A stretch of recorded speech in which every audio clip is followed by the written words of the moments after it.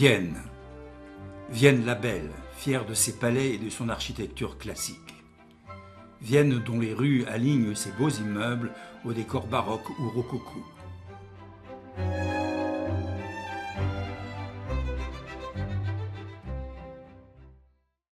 Et puis, à quelques pas du canal du Danube, un tableau inattendu, une résidence bizarrement colorée qui a longtemps fait polémique à Vienne.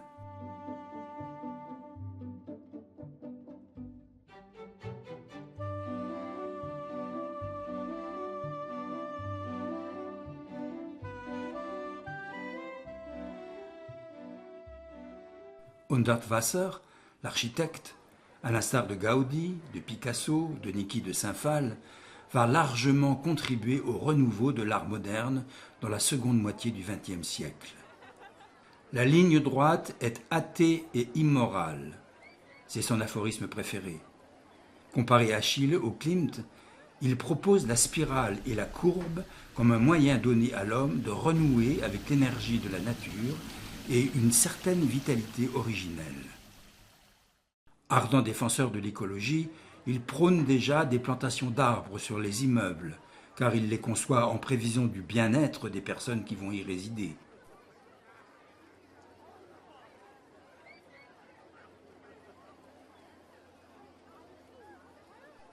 À Vienne, il passe pour un vilain petit canard provocateur et révolutionnaire. Was mich von den Revolutionären unterscheidet, ist, dass ich nicht gegen den Strom, sondern mit dem Strom schwimme, obwohl mich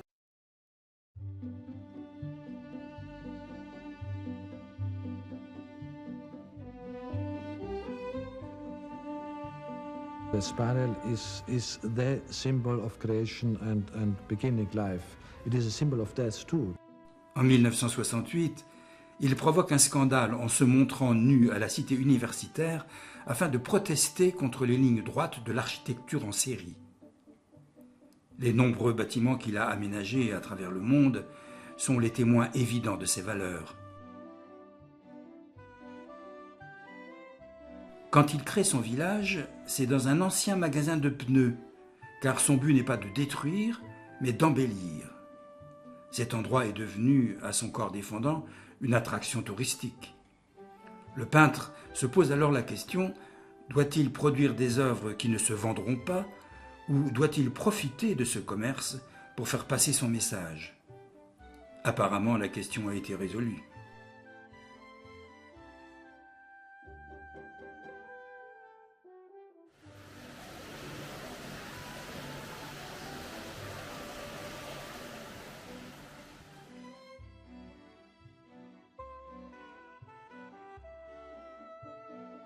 Cette construction n'en demeure pas moins une démonstration du génie de l'architecte.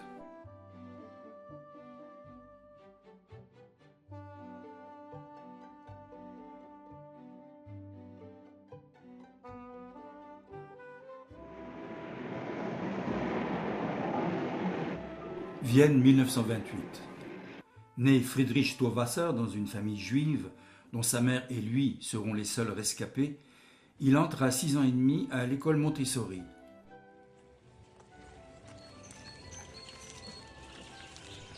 Après quelques années, ses enseignants d'art lui attestent un sens inhabituel pour les formes et la couleur, qui se retrouvera plus tard dans toutes ses œuvres, peinture, tapisserie ou architecture.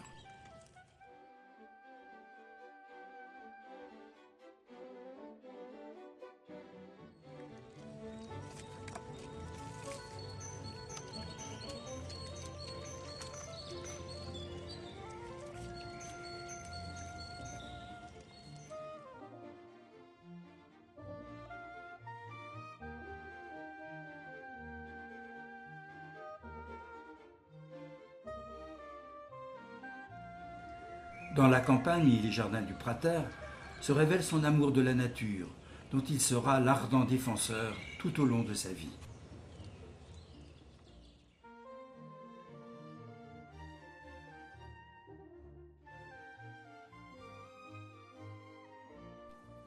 Après la guerre, il passe son bac, entre à l'Académie des Beaux-Arts de Vienne et se consacre entièrement à la peinture. Ses nombreuses œuvres de jeunesse sont encore très réalistes.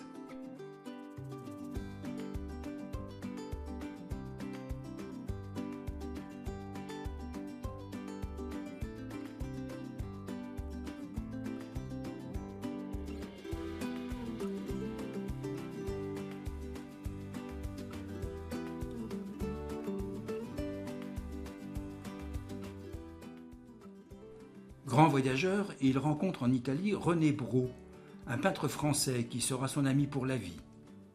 Avec lui, il se fixe un temps à Paris et commence à développer son propre style. Ensemble, ils réalisent des fresques dont 2 seront sauvées des démolitions.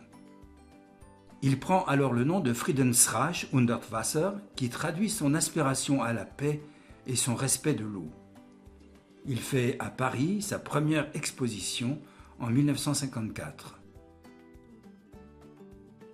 Les voyages se succèdent. Maroc, puis Tunisie, puis un tour d'Europe.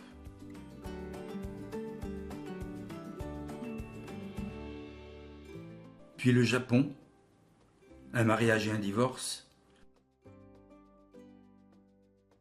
Et enfin les États-Unis, avec des expositions dans toutes les grandes villes.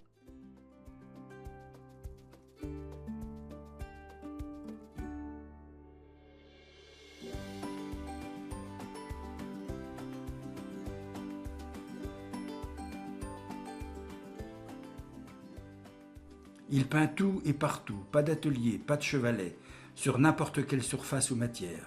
Sa curiosité et son imagination n'ont pas de limite.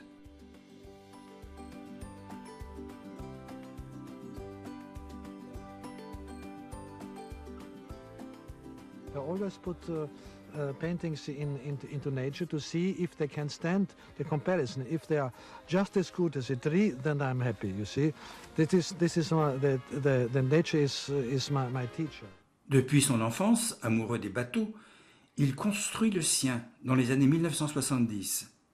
Il le baptise Regentag, ou jour de pluie, car c'est sa météo de prédilection. Avec ce bateau, il fera le tour du monde.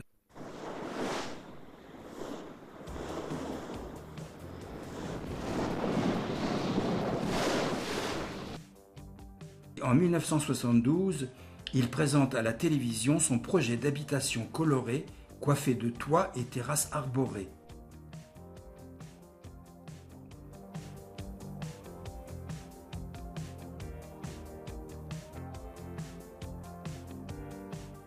Dans ces tableaux, la ville est représentée comme il la souhaiterait, pleine de verdure, de formes arrondies et de couleurs.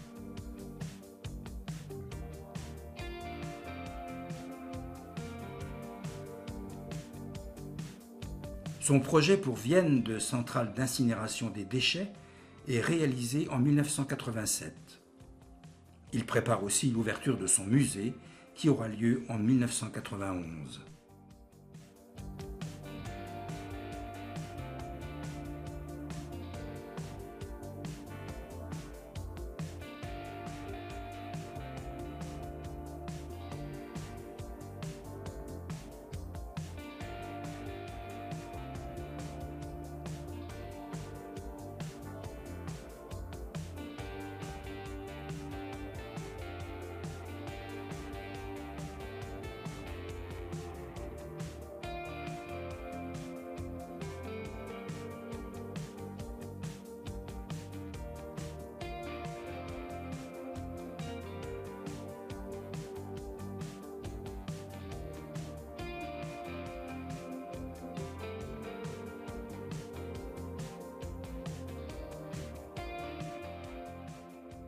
Sa notoriété étant établie, il est sollicité dans le monde entier pour aménager des bâtiments.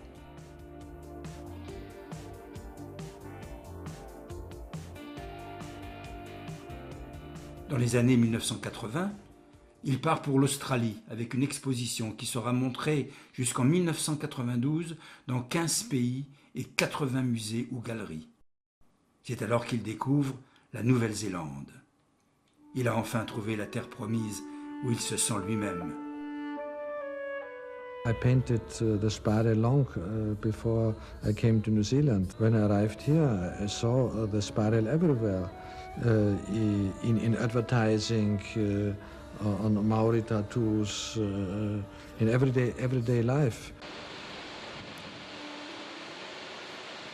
Sa vie sera désormais consacrée à l'écologie sous toutes ses formes. Il milite pour la défense des océans et des baleines, l'utilisation des transports publics dans les villes,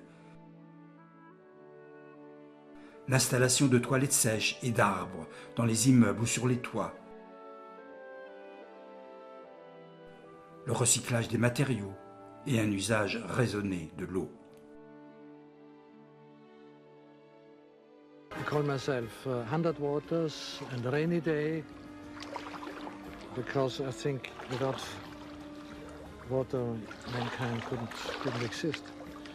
La mort le surprend en 2000 lors d'un dernier voyage sur le Queen Elizabeth II et, à sa demande, il est inhumé dans son domaine de Kaorinui.